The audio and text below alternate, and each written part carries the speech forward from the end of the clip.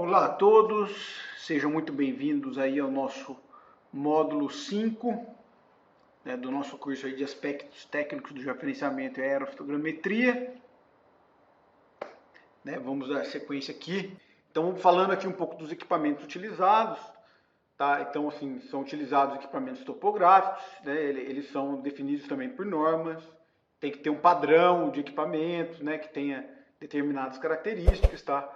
Então, aqui estão alguns exemplos aí, por exemplo, de receptores NSS, tá? Então é necessário para a operação desses equipamentos o conhecimento aí de conceitos, né, da topografia, também necessários aí para a utilização de receptores e da estação total, por exemplo, tá? Então precisa ter conhecimento de topografia e também do conhecimento técnico do equipamento, tá? Principalmente aí a utilização dos receptores de NSS. Tá? Então temos aqui, primeiramente aí a estação total, é um equipamento um pouco mais complicado, ele não tem uma estação total convencional, não tem uma posição geográfica do seu local ali, mas é possível trabalhar com ela mesclada com um equipamento, um receptor de NSS e obter a localização daquele ponto, né? Então, depois de obter a coordenada geográfica, é possível ocupar ele ali com a estação total e fazer o levantamento.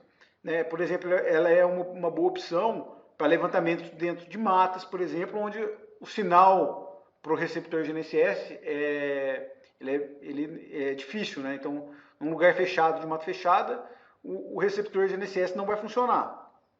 Tá? Então, aí é interessante utilizar uma estação total, que não precisa de sinal, né? Porém, ela tem a dificuldade aí da localização geográfica, tendo que trabalhar mesclado com o receptor, tá?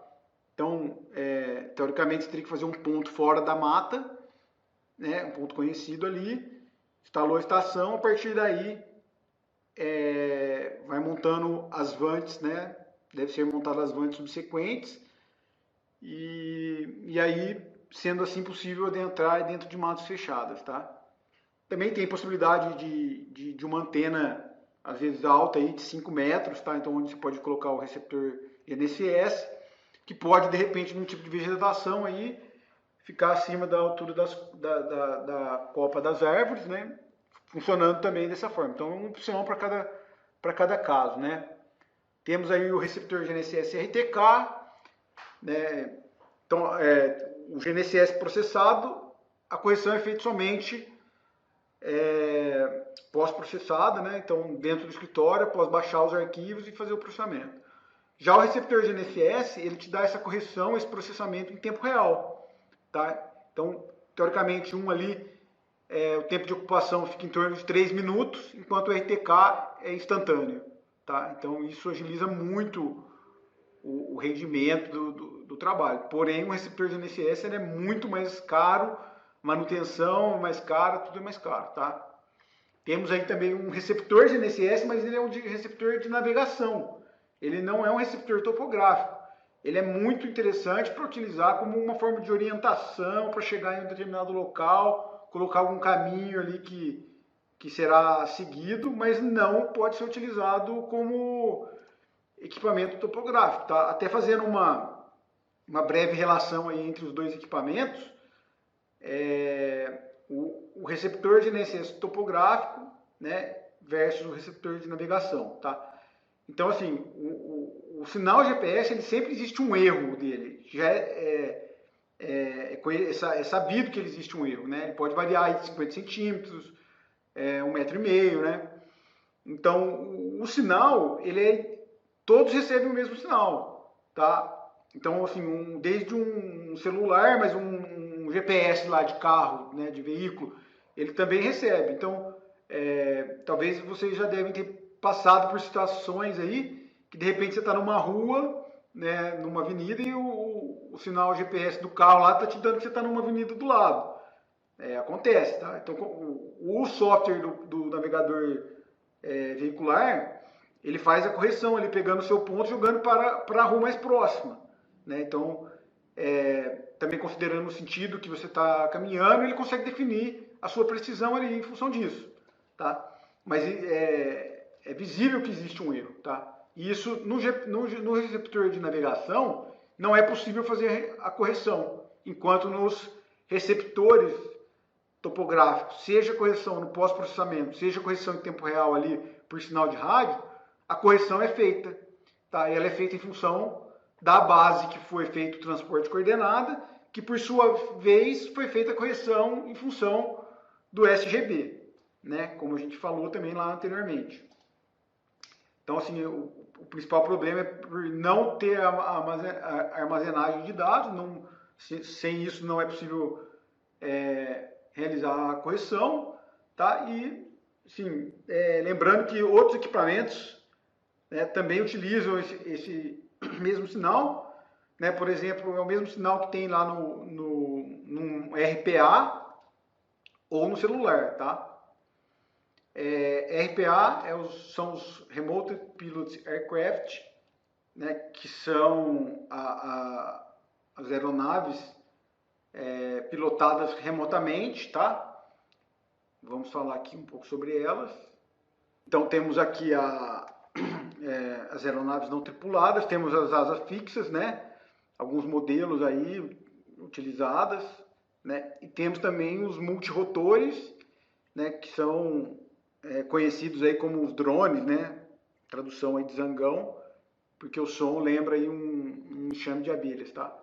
Então esses equipamentos são utilizados aí também no georreferenciamento, muitas vezes em forma de auxílio, tá? Produzindo aí a ortofoto ou modelo digital do terreno, né? De grande ajuda mesmo, assim, principalmente em lugares que o acesso é muito dificultoso, né? Às vezes inacessível. Então, com equipamentos desse tipo é possível fazer esse tipo de levantamento, ter esse tipo de auxílio, tá? E lembrando, como dito anteriormente, esses equipamentos, eles recebem aquele sinal sem correção, né? O mesmo sinal lá do celular ou do GPS de navegação, né? Salvo equipamentos aí que tenham já embarcado o sistema de RTK ou o sistema de pós-processamento, tá? Que são equipamentos aí que já existem também no mercado, mas normalmente eles recebem o mesmo sinal lá do GPS de navegação, tá? Então, para que se atinja a precisão, no caso desses equipamentos, né, de imagens aí que são pilotados remotamente, é necessário fazer um trabalho de campo, fazer os pontos de controle, que vão ser as referências. Aí existe o software de processamento que pega essas imagens, pega os dados, faz o processamento e atinge a precisão, tá? Não é simplesmente pegar uma coordenada ali dele ou uma foto dele, não é nada disso. Existe todo um processamento, um trabalho de campo para que se consiga trabalhar com precisão com esses equipamentos. Vamos falar aqui um pouquinho também sobre o sistema do CIGEF em si, né? Então, o CIGEF ele é um sistema online, é um aplicativo web, né? No qual você vai acessar por meio do seu cadastro lá como técnico credenciado, né? Então, essa é a página inicial. Aqui ainda não foi feito o login, né? Mas é possível acessar, fazer consulta de dados, baixar alguns documentos, né? Isso está aberto a todo mundo. Aqui dentro, nós já estamos logados no sistema, né? Então, a gente tem aqui a parte da certificação, a parte de registro, desmembramento. Então, aqui você pode acompanhar cada um dos seus processos que está em tramitação.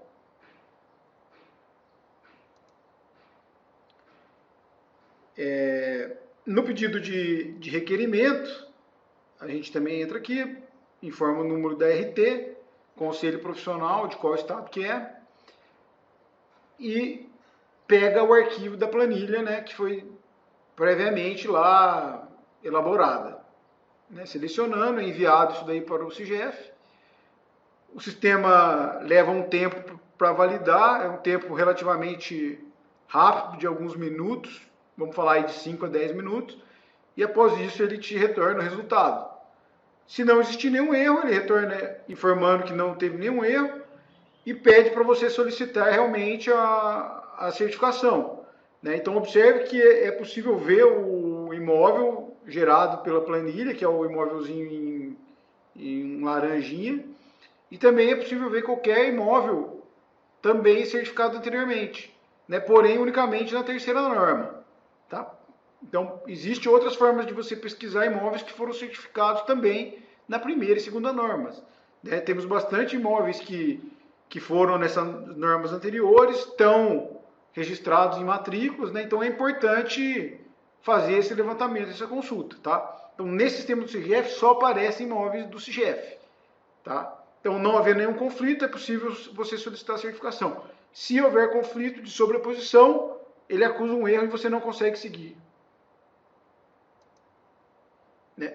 Na página de consulta, é possível você verificar os imóveis que foram certificados, né? Pode fazer a pesquisa aí por CPF, nome do detentor, código do imóvel, enfim, número da certificação, por credenciado. Tem vários, código do vértice, né? Então você pode pesquisar aquele código de vértice para qual imóvel está utilizando aquele código lá na certificação, né? Então é uma consulta bem completa. E uma maneira de aprofundar nas consultas é acessando a parte de acervo fundiário, né, onde é possível fazer download de áreas certificadas, tanto na primeira como na segunda, né, tanto no CIGEF como nas normas anteriores. Né, é possível verificar estatísticas, acessar programas como o I3GEL, né, que é um programa do INCRA, no qual você já trabalha diretamente com esses dados de certificação, dados existentes. Né? Esse é o exemplo do I3GEL. Então aqui você tem um banco de dados aí para colocar aqui, né, para ir habilitando aqui nesse menu lateral, né, onde tem várias camadas. Você pode pegar banco de dados desde cursos de rios, bacias, né? E como também áreas certificadas, cartas do IBGE, enfim, tem uma infinidade de informações aí que podem ser trabalhadas em cima e podem te auxiliar nos trabalhos, né? Aqui, por exemplo, a gente puxou o layer das áreas certificadas, né? Tanto na primeira do CIGEF como nas primeiras normas, tá? Bom, vamos falar aqui então sobre nosso segundo tema da aerofotogrametria, né? A aerofotogrametria, como o próprio nome já diz, né, é um estudo aí de fotos aéreas, né? E essas fotos aéreas, elas são elaboradas, elas são tiradas aí por equipamentos, né, que são pilotados remotamente, né? Como falamos lá, como mostramos nos equipamentos, são os drones ou asas fixas, né? Hoje são remetidos ao nome de RPAs. Né? E assim, existem diversas aplicações, né? Ele pode ser utilizado aí para aplicação de agrotóxico, para monitoramento de queimadas, para vigilância, né? Monitoramento aí de rede de energia, enfim, tem uma infinidade de aplicações, né? Nós vamos falar aqui sobre a aplicação voltada ao campo, né, que existe assim, basicamente duas principais aí, né? O sistema NDVI, que, né, calcula aí o índice de vegetação da diferença normalizada, né? Ele serve aí para avaliar a condição da vegetação natural ou agrícola, né, nessas imagens aí geradas, capturadas. Então esse não é o foco da nossa aula de hoje, né? E a outra aplicação é o que de fato é o nosso foco de hoje, que é a análise do terreno e topografia, e principalmente essa análise voltada aí para o georreferenciamento, né? Porque ela serve muito de auxílio, né, para aquisições de informações que vão ajudar aí na elaboração do processo do georreferenciamento, né? Então, dentro desse tipo de análise, dentro desse tipo de aplicação, a gente tem aí o levantamento de estradas, né, levantamento de divisa, levantamento de áreas inacessíveis, né, projetos planimétricos, projetos planoaltimétricos, né, análise de relevo de determinado local, elaboração de mapas, elaboração das ortofotos, ortomosaicos, né. Lembrando que, inclusive, hoje, para os processos de regularização ambiental, é muito válido ter uma imagem dessa, com precisão, né, mostrando áreas de reservas, né, áreas de EPP. E também existe áreas de preservação permanente, que é em função da declividade. Então, a gente consegue também, com esse tipo de trabalho, ter uma análise precisa sobre a declividade do local. Tá, vamos falar aqui um pouco sobre os softwares que a gente utiliza, né? Esse é um trabalho que o software é extremamente importante, né? É um trabalho que não tem como fazer isso aí manualmente, é tudo calculado, né? Tudo elaborado através de softwares. E aí a gente tem como software do planejamento, por exemplo, o Mission Planner, né? Que é um software livre hoje, né? Utilizado por pilotos automáticos da 3D Robotics. Temos aí o Drone Deploy, que é utilizado mais para o Phantom, né, que a gente vai falar mais sobre ele, que é o que está aí mais difundido hoje. E o DJI Go também, que é utilizado para controle do Phantom, né? Então esses softwares aí são softwares, vamos falar assim, da execução da missão, né? E a gente tem aí os softwares de processamento, né? Dentro esses 4 exemplos que eu coloquei aí, eu julgo que os mais importantes, mais utilizados aí é o Pix4D e o Photoscan, né, que é o que a gente vai falar hoje. Inclusive já estão com nomes diferentes aí, né? O Photoscan já é o Metashape hoje em dia, as novas versões, tá? Bom, então eu costumo dizer que a aerofotogrametria ela se divide aí em 4 etapas, tá? Então a gente tem a primeira etapa, que é o planejamento da missão, a segunda etapa, que é a execução dessa missão, a terceira etapa, que é o processamento desses dados, né? E a quarta etapa, que é a elaboração dos projetos e das peças técnicas, né? Finalizando aí o processo.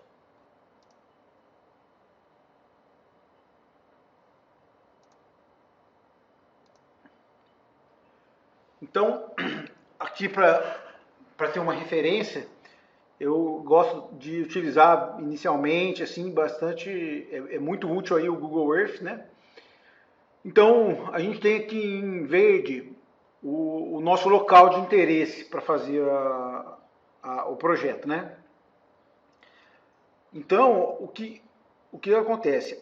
A gente tem que fazer uma área de voo maior do que a área de projeto, tá? Então, eu vou mostrar aqui no exemplo essa linha vermelha. Então, a gente tem que fazer uma área de voo maior do que a área de interesse de fato. Por quê?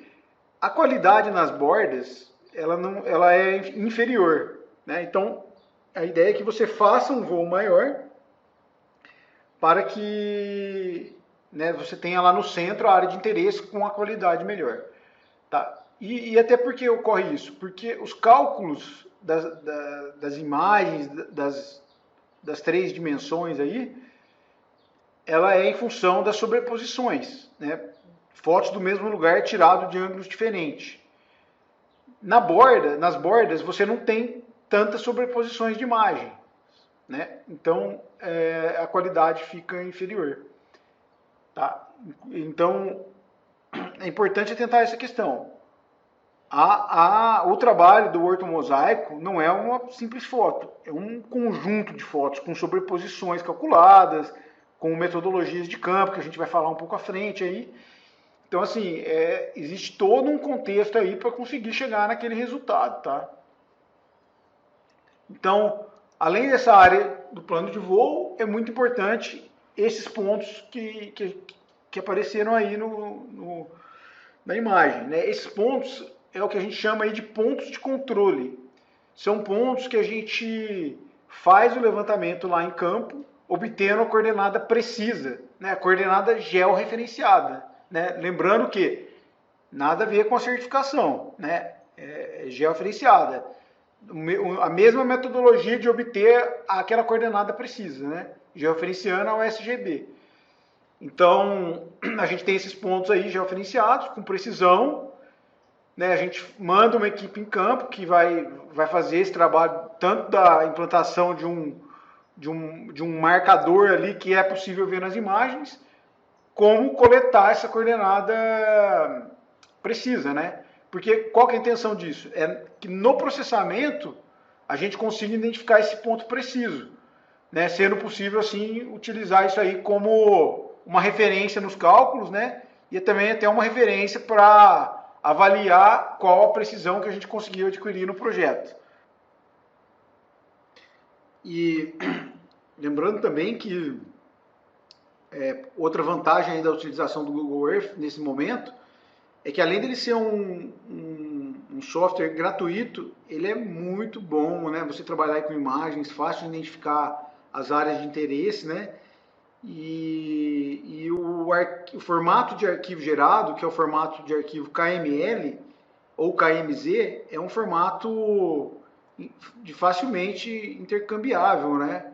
Que pode ser aberto em outros softwares, né? Então a gente tem aí esse planejamento da missão, qual a gente elaborou aí a área de voo e elaborou pontos de controle, tá? Dentro do próprio Google, a gente também utiliza esses pontos de controle, né? A gente implanta eles aí considerando locais que são fáceis para acessar, né?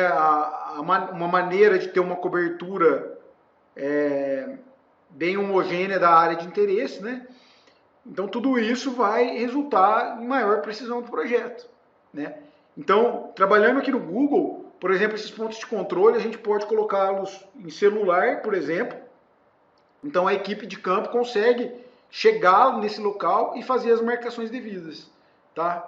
Então, é facilmente intercambiável. Então, aqui do software do Google, a gente pode mandar para um celular, a gente pode mandar para outras plataformas, inclusive pegar essa área de voo e mandar para o nosso Mission Planner, que vamos utilizar aí para, de fato, fazer o projeto de execução do voo, né? Então, esse projeto de execução do voo a gente vai jogar lá para o equipamento RPA, tá? Até aqui no nosso curso nós vamos falar sobre o Drone Deploy, né? Não vamos entrar aí no Mission Planner, não. Né? Então, a gente vai fazer vou demonstrar aqui nos próximos slides como é feito esse planejamento da execução, né? Então, com isso vamos finalizar aqui para não alongar demais esse módulo, né? E no próximo a gente dá sequência nesse assunto, tá bom? Muito obrigado a todos, um grande abraço.